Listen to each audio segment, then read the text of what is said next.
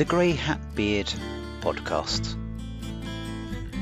Hello and welcome to part 2 of show 20 of Grey Hat Beard. Now, if you've just listened to part 1, I kind of disappeared there. Not quite sure what happened. Teams decided to have a little moment. I wouldn't quite restart. So thank you, Gary and Al, for wrapping up nicely on there. I assume you wrapped up nicely and weren't too rude about my orange face today. So no, you haven't raised my orange face. We were waiting for you to come back to do that. Before you got the abuse. For those not looking video, we're recording late at night and I am pretty much camouflaged with the Grey Hat Beard background at the moment, which is a little embarrassing. And really, what I should have done was, when I thought about how we're going to record, I should have just said no and should have turned the video off. And funnily enough, that's today's topic, is just say no. So we do try with these topics to branch out, not just go for the technical ones, look at some other things that really have been my front of mind for us. And I think this one, Gary fitted it nicely today when he started off as we joined at the beginning and said, do you know what? I haven't had a meeting until 3 o'clock today. I won't repeat what Al and I said to that. We're a little bit jealous, but we think Gary actually meant he got out of bed, but we assume that's not what you meant with that. That is definitely not what I meant. No, it was my first Teams meeting of the day was at 3 o'clock in the afternoon, and yes, there was a few expletives, but I think I think envy as well, maybe. Just a little bit. Just a little bit. Stewarding that bar. You were stewarding that bar nicely. And I think we've talked about this, and we talked about this in part 1 about the constant being at home, being connected, being in meetings. Interestingly, as I started my meeting today, the person I was having the meeting with had just come from a day's worth of meetings and then had to rush off to another meeting. Back-to-back meetings, and this is not the first time. It's very common, people jumping from one meeting to the next as if we were moving through different rooms like we were doing in the office. But doing that at home and remote working, you get that fatigue. You don't get that time to essentially do the work. You just seem to spend your time in meetings. So I guess just say no. In my case, this was a couple of weeks worth of trying something new to try and create this time for myself by saying no, but then appropriately saying yes to the things that I could fit in. And doing that has kind of led me to this kind of approach of blocking out my time. I block out my whole day, my whole week, in fact. In my calendar, there is no free space. So you block out your whole day and your whole week. Yes. Having looked at your calendar, you also block out all night as well, don't you? I do, yeah. And there's a reason for this. So like what we were saying at the beginning, people working longer during the days, an extra hour. Well, that hour is something that you could spend doing something else. And previously we might have caught up on this and not really, maybe have noticed, but it didn't have that much of an impact. Whereas now, because we're at home, we kind of feel it a bit more. So I actually have sleeping time in there. I have my morning routine. I have my routine in the morning with, my young daughter. After work, the routine. Stop there. We don't need any more insights into the personal life. Thank you. Yeah. But it's too that much time information. to go, this is the time where I'm doing something specific, or I should be. Then when someone goes, "Ooh, can you jump on this meeting?" You can make a more kind of informed decision. Will that meeting how far ahead do you block things out then? The whole thing. It's I have a week that is my perfect week. So this is if my perfect week would be in the morning, I can focus for an hour and a half. Doesn't involve any work. I can holiday. Yeah, exactly. So it's splitting up your time to have time to work, as in this is my focus time to not be distracted. Here is my time to be distracted or to work on things like sending emails and do that at a specific time, and then working through your day so that you get to a point where you go, well, how best do I work in a morning? If I can hit a load of tasks and get that focus time, by the time I get to the afternoon, I can then spend the time to be in meetings with people, get things more on my task list to then do them the next day. And it's that if you're constantly moving from meeting to meeting, taking actions, when do you get the time to actually work through those actions? And So, by so playing slight devil's Yep. advocate, if I act as a project manager and a client's bugging me non-stop about something and I need some of your time, how do I, usually you'd say check the calendar, see when I'm free, but you're never free. No, so I am.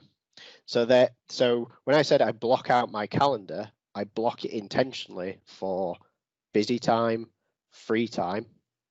So there are free slots in there, so that when you look at my calendar, you can then see the times when I'm free.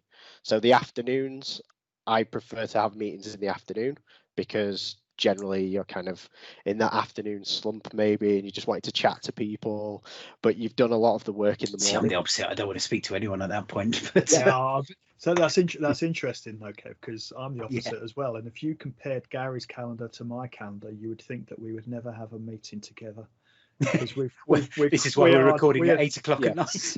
Well, and this is why I said, when we said we would start recording at 8 o'clock. No, that's not right for me. But I think it's really important that when you do that, you're identifying when you are going to be at your best to do certain things, but you are also building in the flexibility to say, actually, look, you can have a meeting with me, you can book my time. There is a finite amount of it available. And it's clearly visible using the tools that we all love. And, we know everybody uses Scheduling Assistant, don't they? So all their bookings or find time, they all use that. And this works with that because it means that people can see when you're free. But it's balancing out that, I'm reserving this time, but I'm also leaving it open at other times so that you can book my time. And it's really important that you've got that flexibility.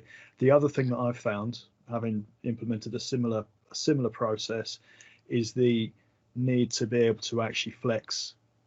When people come to me and they go, "Oh, well, I can't find a slot in your diary," then it's up to me to say, "Well, actually, next week will be fine," or "Yes, I can reprioritize things."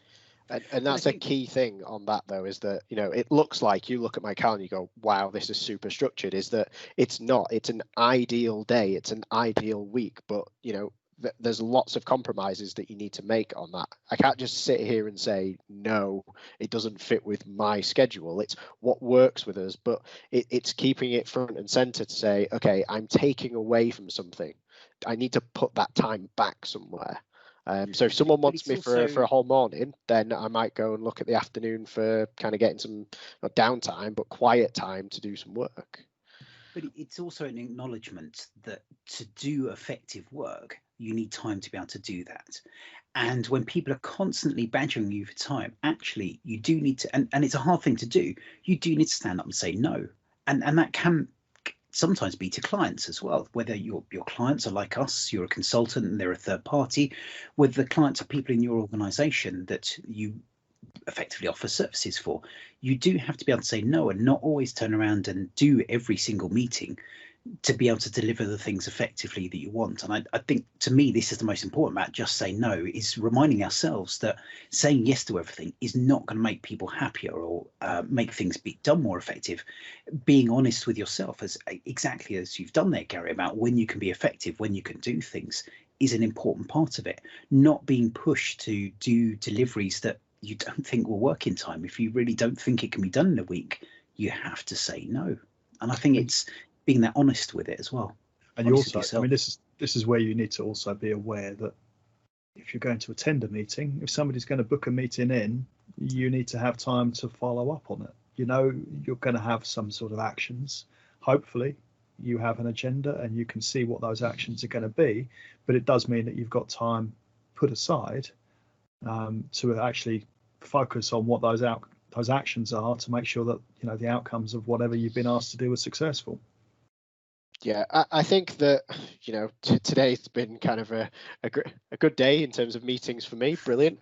Obviously, it's a bit of an oddity, I must admit, but it does give me that kind of pushback to people. And when if you just say yes to everything that other people are suggesting, different times, you're just working to everyone else's schedule, right?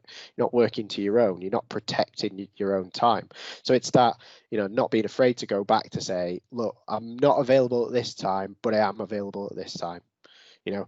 Can you push it back a couple of hours? And it might be that that's absolutely not a problem, and that the reason why they chose that time was because it just seemed to be the first opportunity that was free for them. But they have a free afternoon, so it's that compromise. It's coming to that best conclusion for everyone, really, not just here's the time you have to accept. And I think we always want to be helpful, don't we? Yeah, that's fine. I'll help you and do it on your time. But it's it's not always the case. And if you keep doing that, you can kind of get yourself into a spot of bother sometimes, because you can overcommit and not realize that you've done it because you're just being helpful, right? Absolutely. Yeah. And there's nothing worse than overcommitting and then stressing about it afterwards and saying, well, actually, how am I going to find the time? I've got to spend a whole lot more time than I'd planned actually completing everything. Yeah. The only problem with this conversation, it's suddenly reminded me of all the things that I said I was going to do that I haven't written up quite yet today, because I've overcommitted and been in meetings pretty much non-stop all afternoon. So must go back and look at that a little bit more. I mean, because I do have my start the day and end the day ceremonies booked in as well, and to help with exactly that. But the most challenging thing that I find is actually planning out that time that I've blocked to do work. Well, what work am I actually going to do? Yeah. That's the hardest part, because I have to think of it and go, well, actually, I've got this many hours now. I'm going to eat into the other hours that I've left free for flexibility, and how far am I going to do that in advance? So things like My Analytics will tell you when your calendar gets booked up, and I know mine is usually booked up by the Wednesday of the week before. So when I have people go, so can you do a meeting this week? Most of the time the answer is no. So it's some interesting balances depending on what your role is and how you collaborate with different organizations. Yeah. And how you do different aspects to your work, because Gary, especially, you do a lot of development. So there's times you do development which you need to be locked in a dark room and not talk to anyone. There's times you have meetings and doing architect type work where you do need to collaborate and you want to use whiteboards and think together and eke out an idea or eke out requirements from a client. There's times you've got to do status updates. There's different elements, and you need different times on that. One of the things I struggle with is I find I have moods. And there's times when I'm going to be better at doing development and I know I'll just be able to rocket through it in no time. There's other times, and usually when I've blocked out saying I am going to do development, where you just stare at that line of code and you have no idea what it's meant to be doing, and you can't work out why it can't connect to this. And trying to find the flexibility. You don't code, Al, we know that. We've talked about this before. We keep you well away from that sort of thing. But trying to, I think the one thing that is a big benefit of blocking out your time for a day, knowing maybe you have 3 or 4 things to do that day, and be able to slide those around. If you've got meetings, you can't slide that because you're reliant on other people. But if you have 3 or 4 things today, be able to shuffle those a little bit. Don't try and do 3 or 4 things in one day. Try and do 2 or 3 things plus the meetings, but try and have those there. So, maybe in the morning when you're feeling a bit better and the code works better, or you want to do some documentation, then never do documentation after lunch. You're never going to get anywhere with that. And then you can flex these things around a little bit as well. So I think your idea, Gary, of blocking out that calendar then gives you a bit of flexibility as to what you do within that as well. Yeah, it's that, like what Al said, it's figuring out what to do with that time. You've blocked it and it's there to get you so that you're not being distracted, to try and get you into that kind of flow, whether that is doing documentation. So in a morning, I might do 3 hours of documentation, but split over 2 sections. But actually, you find that because you block it out, and we've talked about Pomodoros before, you're focused and right, I'm going to work on that, and you can get a hell of a lot more done. Hopefully focused. Well, yeah, but this is the thing. So this is the bit where it comes back to, is that if you start to have a pattern and people start to then become aware of your pattern, they stop trying to contact you at those times, and they start to be a bit more selective. Or if they do contact you, then, you know, chances are you're going to get back to them at a particular time. Yeah, okay, you know, there are ways of, you know, you need to kind of jump on an emergency, but a lot of the times there's not that many emergencies out in the world. You know, it's like things are important, but not everything is kind of, it has to be done this moment right now. It depends who you're speaking to. It does depend. Sorry, sales. Yes, but that's it's the going back to people, isn't it, and going, really, well, is this that important? If it's really that important, do we need to move things around and cause some kerfuffle? Basically, it's how you say no. You know, saying no is one thing, but actually, it's how you say no. It's if you use the status in Teams and say, actually, I'm focusing.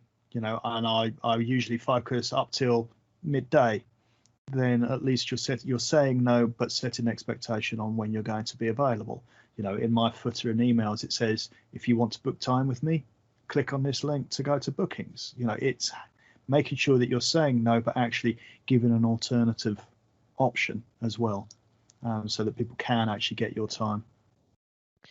Yeah, it's definitely, it's like you say, the calendar blocking thing is great and it can look really over the top, but actually it does give you a lot of flexibility, is what I found, definitely.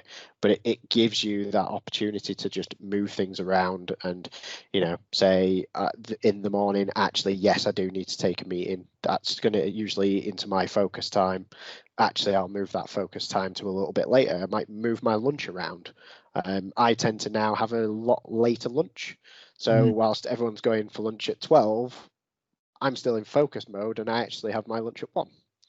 You see, I've got my morning open for meetings and I've started having lunch at 11:30 now. Because I'm not having meetings, yeah. But I'm starting early and getting a bit of focus time in before the meetings start. So see, I've tried that, but unfortunately I have to help make the kids breakfast, and that makes it very tricky to focus, I have to say. As you well know, Al, from when you were trying to get me to review a document the other day, and was about 20 minutes into it before I realised it was a completely different thing I was talking about. So but I think trying to make kids breakfast and focusing, you know, when we look at when we're most productive, you know, those of us who are productive at night or first thing in the morning, you've then got family to throw into the mix as well. You know, there are so many factors that we should be taking into account. You know, do you walk the dog at lunchtime, or do you do it before you start work in the morning, or do you do it in the evening? Or do you get a cat? Much easier. Yeah, absolutely. Just throw them out. And then you go, I wish I had the excuse just to get out on a regular basis.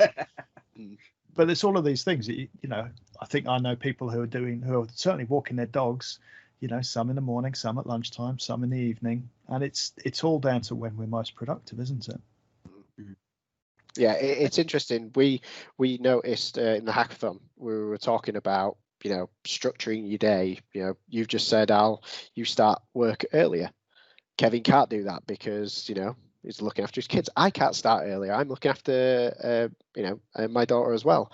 And it's those personal things that we need to get this balance of the, you know, the work-life balance, but everyone's different.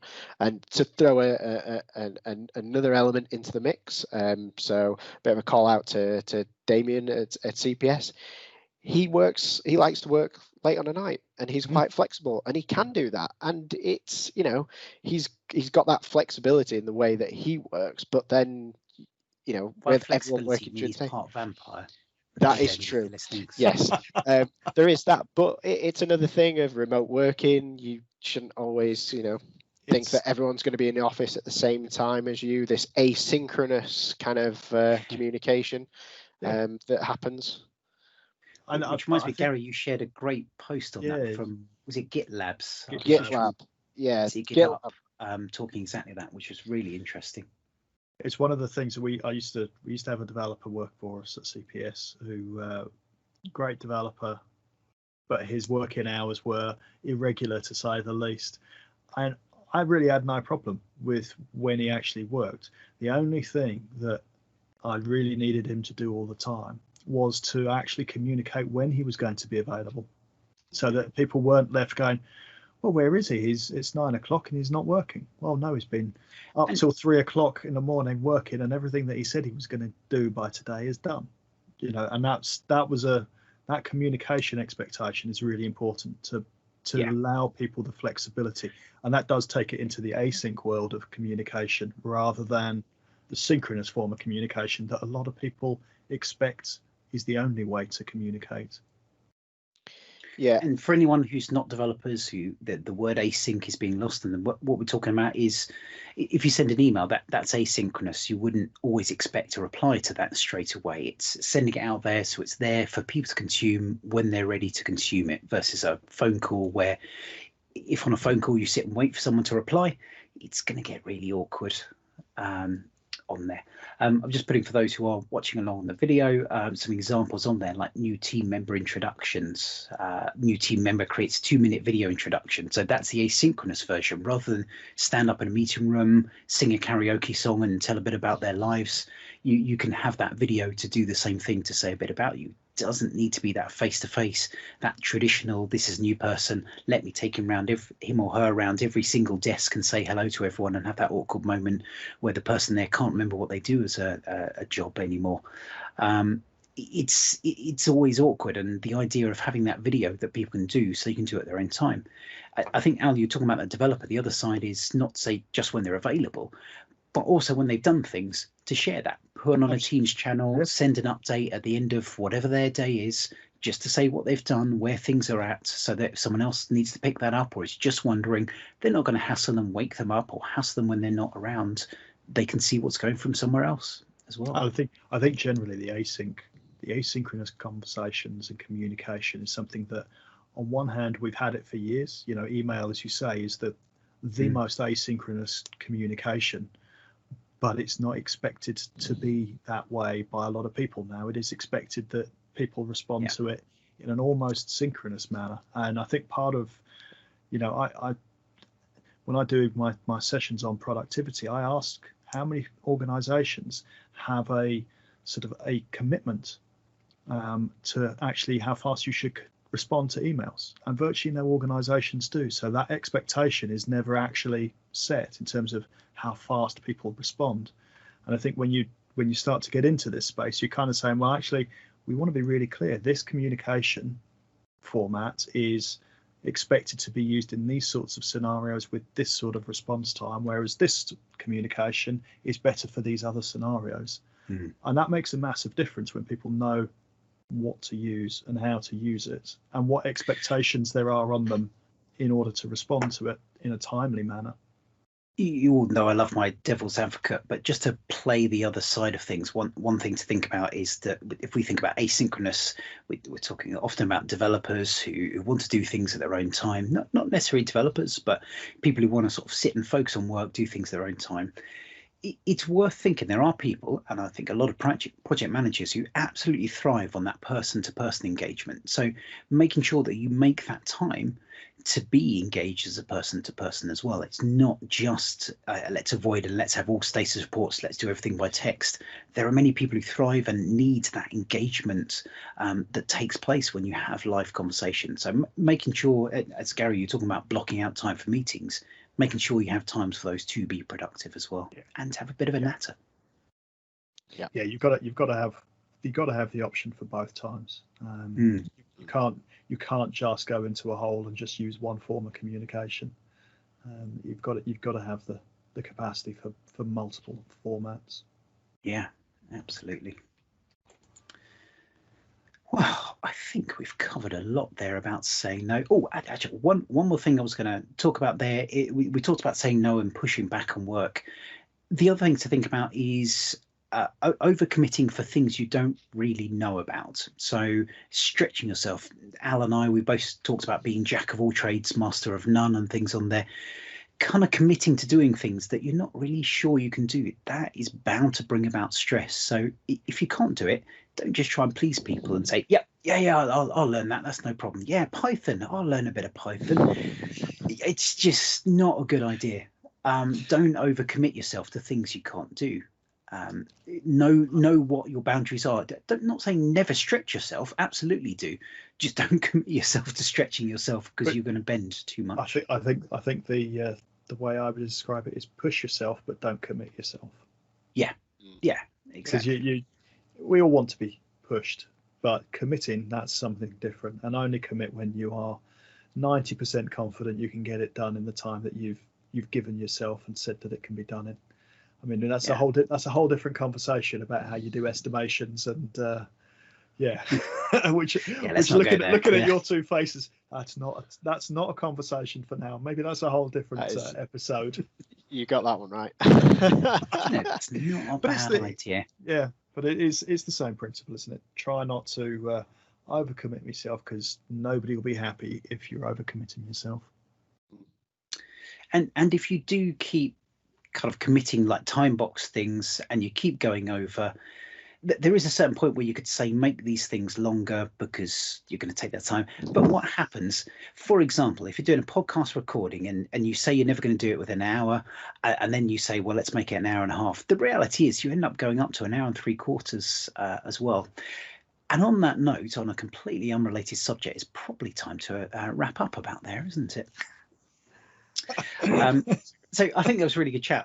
It's funny, a lot of people say they hate listening to their voice again. I hate listening to mine, but I love listening back to this chat, because there's often times I'm focused on different things and thinking ahead to the next bit and making sure the show goes. I love listening back and sort of hearing what we've all talked about as well. So I enjoy it. I hope everyone else does as well. On that, talking about the estimation, maybe that would be a future show. If you are interested, please reach out to us, Twitter, drop us an email, LinkedIn, all sorts of different ways you can get hold of us. Let us know if you'd love to be on there. Not in the middle of the day for Gary, because or just after lunch, that's when he's having his lunch on there. But do reach out. We'd love to have you on the show. I think we're going to get some more guests. We've been a little bit slack after the end of summer about getting more people on, but I think it's time we get ourselves organised and get a few more people together. So do let us know. Otherwise, we'll wrap up there. Thank you very much. I've been Gray. I've been Hat. I've been Beard. Thanks a lot. Bye-bye. Bye. Thanks for listening to Grey Hat Beard podcast. The song Drink Up Me Mateys was brought to you by Black Bones under a non-commercial attribution license.